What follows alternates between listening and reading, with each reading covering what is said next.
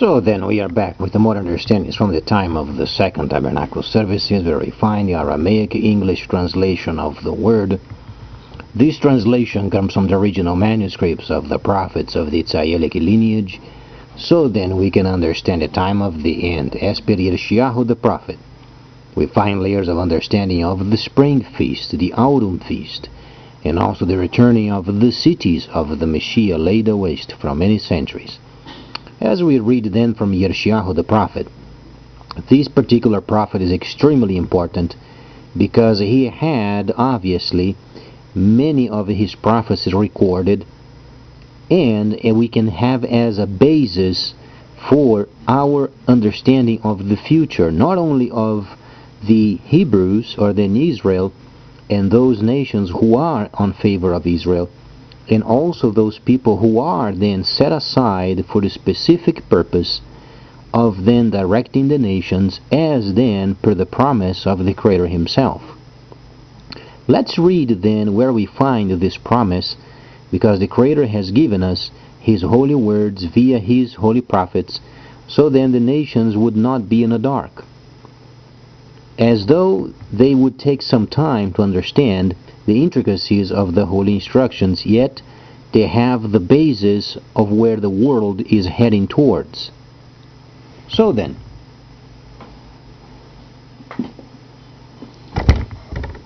reading then from a section of Yirmiyahu, we read it then very precisely on the 49th chapter, what it states then on the 6th and 7th verses.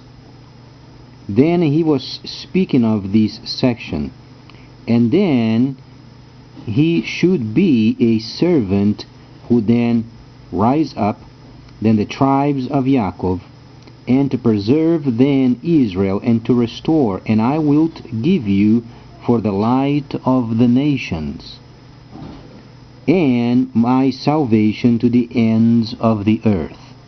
So then, as we read then this section, we understand the promise of the Creator himself was obviously leading his people closer and closer of the coming of the Messiah. This prophecy obviously he was explaining many years ahead, yet it is very valid to this very day. So then, what do we understand as far as the faraway nations? We are speaking of every nation as then the Creator himself has stated it. He has prepared his people so then they would give these nations directives of himself, of who he is, and where then this system of this world is heading towards. For so many people, they are obviously not acquainted, for instance, with the nations of the Pacific. They don't understand the lifestyle of so many islands of the Pacific. For some people, those are merely islands lost then in the midst of the ocean, and they are wrong. The Creator himself said every nation, then he meant what he said, and he said what he meant. Every nation in this planet, from the North Pole to the South Pole, from north to south and east and west around the globe, every nation, then they should hear directives of the end of this age. And he has given us information from his holy prophets, so then we can enlighten the other people, yet we understand and we are bound of certain understandings and layered, and we know where these layers are coming from, directly related with the Torah from Leviticus the 23rd chapter. As then nations, they are directed. They are not going to dispersonalize themselves. They are not going to get rid of what they know and what they practice. As they understand the principles of the holy instructions as a whole, and then the leading of this end of the age, then they understand the events of this world system and where it's going to lead towards. As then they are more enlightened of what's going on as far as what the prophets stated many centuries ago. then they can make a choice themselves if they should pursue their traditions and their way of living, or if they should lean towards those very principles that generated the holy prophecies. These decisions sometimes are not made overnight, though some people, when they are so enlightened with the holy instructions, they could. But then, what else can we understand as far as what's going on in the world? For instance, we have the continent of Africa, extremely important place. We do understand, for instance, Africa is the kingdom of the south. We understand then, for instance, the 11th chapter of Daniel explains then the great and huge sections of skirmishes and troubles coming from northern Africa and central Africa, where then the main bulk of the 11th chapter of Daniel is at. However, it's not only there, but it goes from there and then around the world. So then, for instance, let's understand Leviticus the 23rd chapter. We understand these are the bases of Moadim, the holy feasts. Shaliach Shaul, however, was then one of the first people of the time after the completion of the spring feast that did understand sections of the shadow prophetic events. By the time of Yohanan and his team, they worked together in northern Africa on the land of Cush, in the first holy city. You find then very precise understanding of the priestly line and their obligations as far as maintaining the holy cities of the second tabernacle services.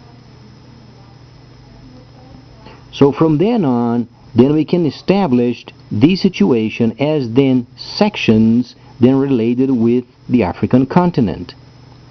But also there is a linkage with the world's system of e-trade. So the intricacies of each of these events, then we can understand Ezekiel, the first chapter, where you observe then the big machine of Ezekiel and the many kind of round circles of events taking place simultaneously. So then, because of these, what can we then expect from the African continent? Firstly then, we understand the prophecies must become clearer and clearer and clearer. Nations must be directed. As the Creator himself said, after David then would come salvation, then completion of the spring feast. From then on, the nations must be led. This is what the Creator wants. This is what He wrote and made His prophet write, and this is how they should be led. However, they're not going to be taken by force. They're going to be enlightened and understand where the world is heading towards. As then the world's system is changing very fast, very rapidly, so then the understandings of the holy instructions then, they are changing the way people were living in such many traditions, and then leaving those traditions aside and understand what the prophecies they mean. And because of these, also other nations who were set aside for some time, they are then back on track, and then they are going to become more prominent. These should then lead the nations to be joined up with the system of China. This truly is the objective. As far as the holy instructions are concerned, then Africa is the very place where then the first holy city is going to be at. And then many situations taking place for the kingdom of the north, east, and south. As these, we understand the 11th chapter is truly a section of it, a military document. Because if you read and if you understand the many fights and the skirmishes, truly it is a document of combat field.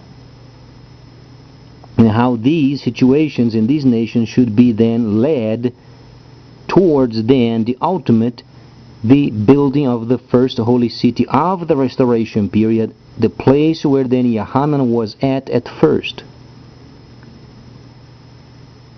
So then, let's wait for the next developments, because the world then is becoming more acquainted with the new system of China, the new e-trade system. And next year we're going to have new events taking place, and those should be then traced back from the Holy Instructions and then Daniel the 11th chapter. Next time I'm going to explore these more, so please stay tuned. Much more coming up.